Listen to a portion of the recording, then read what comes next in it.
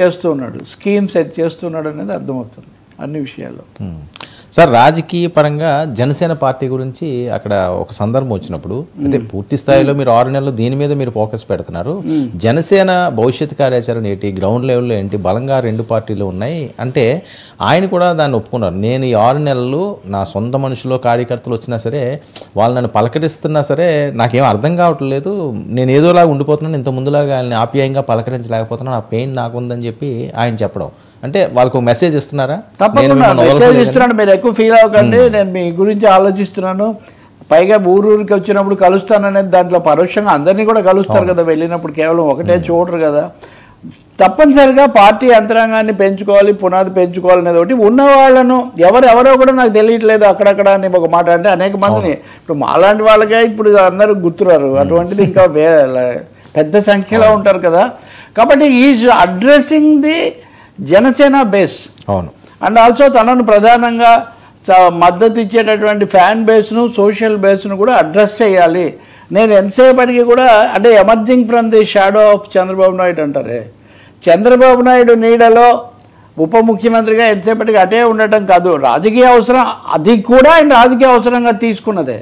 చాలాసార్లు ఒక మాట చెప్పేవాడు కదా, ఏదేమైనా చట్టసభలోకి వెళ్ళి కనబడితే అప్పుడు మన ముద్ర వస్తుంది తప్ప మనం గెలవకుండా బయట నుంచి ఎన్ని మాటలైనా ఉపయోగం లేదని ఒక అభిప్రాయానికి వచ్చారు. కాబట్టి ఆ 21 స్థానాలు తీసుకొని ఇచ్చిన స్థానాల్లో కూడా 1-2 బీజేపీ కోసం త్యాగం చేసి మరి ఇవన్నీ చేసి ఇప్పుడు పవన్ కళ్యాణ్ ఒక్కసారి మీరు ఊహించండి, 2019-14 పవన్ కళ్యాణ్ 2019లో ఉప ముఖ్యమంత్రిగా చాలా కీలక పాత్రలో జాతీయ స్థాయిలో కూడా కనిపిస్తూ, మిగతా రాజకీయాల తర్వాత ఒక వ్యక్తిగా చెప్తున్నాను నేను, ఆ విమర్శ నేను చేస్తా కానీ. కాబట్టి ఆయన చాలా స్పష్టంగా మన పార్టీ నా మాట వినడానికి నేను ఇందులో ప్రభుత్వంలో ప్రవేశించాలని గట్టిగా భావించారు. ఆయన భావించారు కాబట్టి ప్రభుత్వం రావడానికి అది దోహదమైంది అని కూడా ఆయనకు బాగా తెలుసు. అదే సమయంలో అప్పటికే బలం చాలదు కాబట్టి కలవాలి 2 విధాలు కూడా. జగన్ను దెబ్బతీయాలి, జగన్ ఉన్నంత వరకు జగన్ పవన్ అని అప్పుడు ఉండింది కదా వాస్తవంగా చెప్పాలంటే. చంద్రబాబు నాయుడు పెద్ద అయినా, తెలుగుదేశం పెద్దదైనా ఉన్నప్పటికీ కూడా. మూడోది మొత్తంలో అక్కడ లోకేష్ గురించి ఎవరైనా మాట్లాడారా, ఎవరైనా అడిగారా?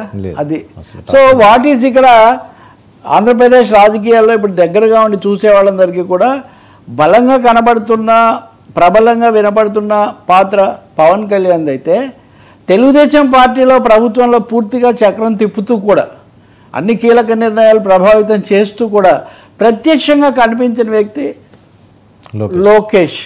సో మనకు వినపడే అనేకమైనటువంటి లీకేజీలు అనండి, గుసగుసలు అనండి, కామెంట్స్ అనండి, అసంతృప్తులు అనండి, ఇవన్నీ లోకేష్ సెంట్రిక్, లోకేష్ని టార్గెట్ చేసే బ్యాచ్ ఒకటి. సో ఈ సమయంలో కరెక్ట్ మెసేజ్ వెళ్ళాలి. I'm not just shadow of Chandrababu Naidu అనేది అది చెప్పడం ఆయన ఉద్దేశం అండి. అందుకే ఈ మొత్తంలో ఆ పాయింట్ మీకు ఎక్కడ తగలదు. అవును. ఏదో ఇప్పుడు అంతకుముందు 10 ఏళ్ళు చంద్రబాబు ఉండాలి, లేదా చంద్రబాబు నాయకత్వం ఉంటేనే రాష్ట్రం ఇదవుతుందా, తను ఏమనుకుంటున్నాడు, తను ఎలా ఎదిగాడు, తన పార్టీ ఏంటి, తన బేస్ ఏంటి, తను గ్రామాలకు ఎలా వెళ్తారు, తను వెళ్తే తప్ప తనకు విషయాలు ఎలా తెలియటం లేదు, ఇవన్నీ చెప్తున్నారు. కాబట్టి వీటన్నింటిలో చాలా హిడెన్ మెసేజ్, కనిపించని ఒక ప్రత్యక్ష పరోక్ష సంకేతాలు, సందేశం ఆయన స్పష్టంగా ఇస్తున్నాడు. ఇంకా అందులో సందేహం లేదు. ఇంకా దీన్ని ఇంకా కొంతమంది కులం అంటారేమో అనేది కూడా ఆయన దృష్టిలో ఉంది. కాబట్టి కందుల దుర్గేష్ కులం మీద కూడా నాకు తెలియదు అని కూడా ఒక మాట అన్నాడు. హరిప్రసాద్ కులం కూడా, హరిప్రసాద్ నమ్మే వాళ్ళు నమ్మొచ్చు, నమ్మని వాళ్ళు నమ్మకపోవచ్చు. ఒకటైతే నిజం, ఇప్పుడు నా రూమ్లో ఎవరు ఉండేవాడో వాడి కులం నాకు తెలిసేది కాదు నిజానికి. అదే వాళ్ళిద్దరు పెళ్లి చేసుకున్నారంటే అది inter caste marriage, same caste, ఎక్కువసార్లు సేమ్ క్యాస్ట్ చేసుకుని ఉంటారు కాబట్టి అదే అనుకుంటాం. కానీ తర్వాత తెలుస్తుంది మనకు అదేదో ఇంటర్ క్యాస్ట్ అని బలపరుస్తాం అనుకోండి మనం. కాబట్టి ఇక్కడ పవన్ కళ్యాణ్ ఆ మాటలు అనడాన్ని నమ్మేవాళ్ళు ఉండొచ్చు, నమ్మని వాళ్ళు ఉండొచ్చు. కానీ నమ్మడం కొంచెం ఇన్ని రోజులు ఉన్నారు కాబట్టి, అందులో దుర్గేష్ కూడా కొత్తగా వచ్చిన వ్యక్తి కాదు. ఇప్పుడు నాదెండ్ల మనోహర్ ఉన్నారు, జనసేనలో ముందు నుంచి ఉన్న అనేక మందిని కాదని, లేకపోతే తనతో అంటిపెట్టుకున్న వాళ్ళని కాదని, నాదెండ్ల మనోహర్కి అంత ప్రాధాన్యత ఇవ్వడంలో సోషల్ ఈక్వేషన్ ఉంది అనేది తెలీదా? తెలుసు కదా అందరికీ. కాబట్టి అది ముఖ్యం కాదని ఆయన చెప్పదలుచుకున్నాడు. నేను ఇవ్వడానికి అది కొలబద్ద కాదు, ముందు నుంచి ఉన్నాడు, అనుభవజ్ఞుడు కాబట్టి నేను ఇచ్చానని చెప్పదలుచుకున్నాడు. దీన్ని రేపొద్దు నాగబాబుకు కూడా అన్న అని ఇచ్చాడని అనుకోకుండా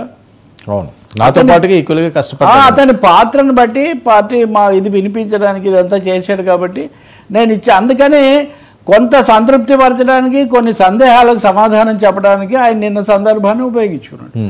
ఎవరు ఎక్స్పెక్ట్ చేయలేదు. నిజానికి మన తర్వాత అది కూడా మాట్లాడొచ్చు. చంద్రబాబు నాయుడు పెద్ద పవర్ పాయింట్ ప్రజెంటేషను, పెద్ద విజన్ అదంతా కూడా నిన్న ఉంది. అటువంటి రోజు ఈయన ఇంత సమగ్రంగా, ఇంత సావధానంగా, వాస్తవంగా పవన్ కళ్యాణ్ అంటే పరిగెత్తుకుంటూ రావడం, అభిమానులు ఏదో చేయడం ఇట్లా ఉంటుంది కదా. సినిమాల గురించి కూడా మాట్లాడారు, సినిమాలు ఏది అడిగినా చెప్పారు. కాబట్టి ఇప్పుడు నిజానికి ఈ లక్షణం ఉంది చూడండి, ఈ లక్షణము మోడీని దగ్గర, జగన్ దగ్గర లేనిది. జగన్ ఎప్పుడు ఇప్పుడు ఓడిపోయాక అప్పుడు కూడా సెలెక్టివ్గా మాట్లాడుతున్నారు తప్ప ఫ్రీ ఫర్ ఆల్గా ఆయన ఎప్పుడూ మాట్లాడలేదు. నేను మొన్న కూడా చెప్పాను, మన్మోహన్ సింగ్ను మౌనముని అంటారు కానీ మన్మోహన్ సింగ్ నెలకోసారి మీడియాను కలిసేవాడు. మోదీ గారు ఇంతవరకు కలవలేదు. చంద్రబాబు నాయుడు కలుస్తారు కానీ కలుస్తారు, ఆయనకు he's media crazy and media mindset మార్చాలి, లేదా తన మైండ్ సెట్ మీడియాకి ఎక్కించాలి అని ఆయన చాలా ప్రయత్నిస్తుంటారు. కానీ నచ్చని ప్రశ్న వేస్తే అదే మీరు కూడా మారాలి ఇవన్నీ అందుకే ఒక్క మాట అడిగారా, జగన్ ఒక్కసారైనా మీరు అడిగారా అని అడుగుతుంటారు. సార్ జగన్ అనేవాళ్ళు అన్నారు, విమర్శించారు, ఉద్యమాలు, అది అంతా జరిగే ఆ సెక్షన్ అట్లే ఉంది. పవన్ కళ్యాణ్ కూడా అప్పుడు కూడా ఉన్నాడు. సో ఇక్కడ Pawan Kalyan setting a new trend. నిన్న ఆ రీతిలో చాలా కాలంగా ఆంధ్రప్రదేశ్లో అలవాటైన రాజకీయ సంస్కృతికి ఆయన చెప్పిన దాంట్లో మీరు ఒప్పుకోవచ్చు, ఒప్పుకోవచ్చు. కానీ ఆ రాజకీయ సంస్కృతిలో ఒక ఓపెన్ డోర్ విధానం అయితే ఆయన తీసుకొస్తున్నాడు. తీసుకొచ్చిన తర్వాత ఇప్పుడు దానికి కూడా కొన్ని ప్రశ్నలు వచ్చాయి. ఉదాహరణకు అల్లు అర్జున్ విషయంలో కూడా ఏమన్నాడు, ఏమనలేదు, రకరకాలుగా. కాబట్టి ఈ సందేహాలకు అవకాశం లేకుండా అసలు వీడియోనే విడుదల చేశారు. అవును, మామూలుగా ఇప్పుడు రేవంత్ రెడ్డి గారు కూడా ముఖ్యమంత్రి అయ్యాక చిట్ చాట్ చేస్తూ ఉంటారు చాలాసార్లు సెక్రటరియట్ దగ్గర మీడియా రూమ్లో, కానీ దాన్ని విడుదల చేయరు. Official press conference, chit chat వేరు. ఇక్కడ పవన్ కళ్యాణ్ ఒక మూడో మార్గం ప్రవేశపెట్టాడు, అఫీషియల్ చిట్ చాట్. ఇది అఫీషియల్ చిట్ చాట్. ఇప్పుడు నా దగ్గర దాదాపు ఒక 2 కాలమ్స్ మ్యాటర్ ఉంది. దాని మీద వాళ్ళు ఒక నోట్ కూడా పంపించారు అఫీషియల్గా, ఏమేమి మాట్లాడారు ఇవన్నీ.